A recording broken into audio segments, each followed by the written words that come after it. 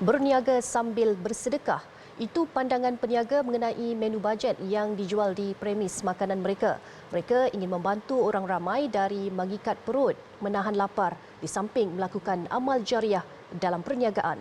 Wartawan Zaris Sufia Zaharuddin ada butirannya.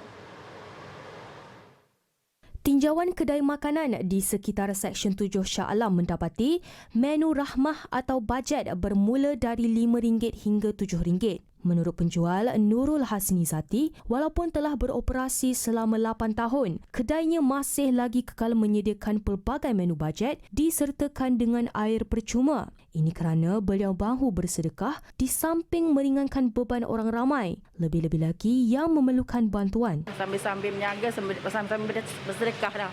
Oh, kat sini kami sediakan nasi ayam pakai RM5, teh ais tanpa sirap boleh pilih lah. Nasi ayam penyet, nasi campur, nasi ayam sayur lah RM5 sekali dengan air sekali. Kalau makan dekat sini kami sediakan air free, teh ais atau kosong kat depan tu.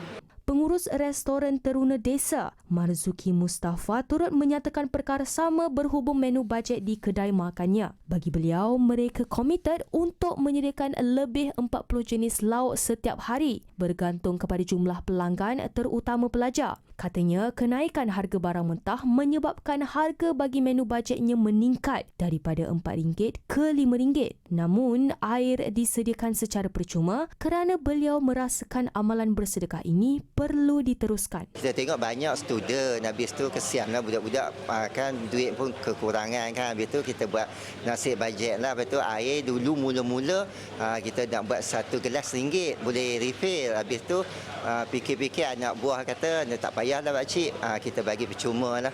Habis tu nasi ayam air dulu RM4, sekarang dah RM5. Habis tu pasal student banyak, tak kisahlah student ke family ke makan, air memang percuma.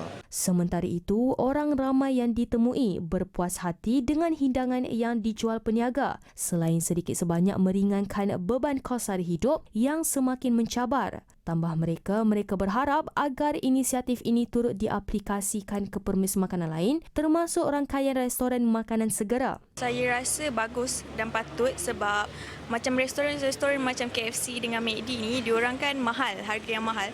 So untuk macam student ke atau golongan berpendapatan rendah nak rasa McD dengan KFC ni macam jarang lah bagi diorang sebab mahal kan. Kalau ada menu rahmah ni dekat McD ke KFC dah membantu diorang lah. So diorang boleh rasa, boleh makan, boleh reward diorang diri sendiri. Bagi saya patut dan itu adalah salah satu idea yang bernas kalau kerajaan ada buat macam tu. Sebabnya macam kita kadang-kadang nak makan fast food macam McD, KFC tapi kadang-kadang diorang punya makanan tu melebihi daripada bajet seharian kita. So dengan adanya menu rahmah ni, kalau diorang pun ikut harga macam tu, so everyone boleh rasa macam kadang-kadang ada family yang tak mampu nak beli pizza, McD macam tu. So kalau diorang kurangkan harga macam ni, maybe diorang pun boleh beli and semua orang boleh rasa. Pendapat saya lebih baik ada diorang buat untuk dekat franchise besar. Kalau macam lebih banyak franchise yang besar yang buka, students and semua golongan semua dapat rasa menu rahmah ni. Sebabnya kita kalau boleh tak nak sesiapa left behind. Betul, saya rasa memang patut.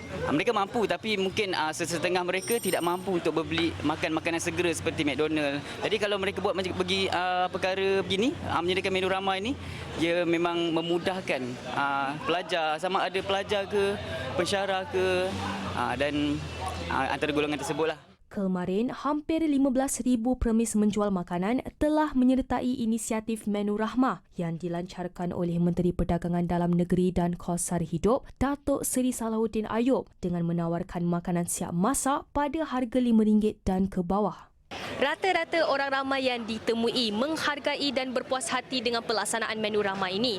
Bahkan sebelum inisiatif ini dilaksanakan, terdapat banyak kedai makan yang sudah pun menjual nasi berlauk atau dipanggil nasi bajet disertakan dengan air percuma dengan harga serendah RM5.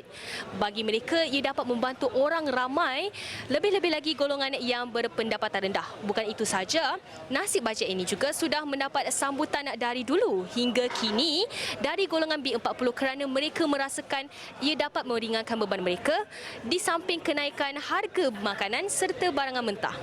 Saya Zari Sufia melaporkan untuk Berita Al Hijrah.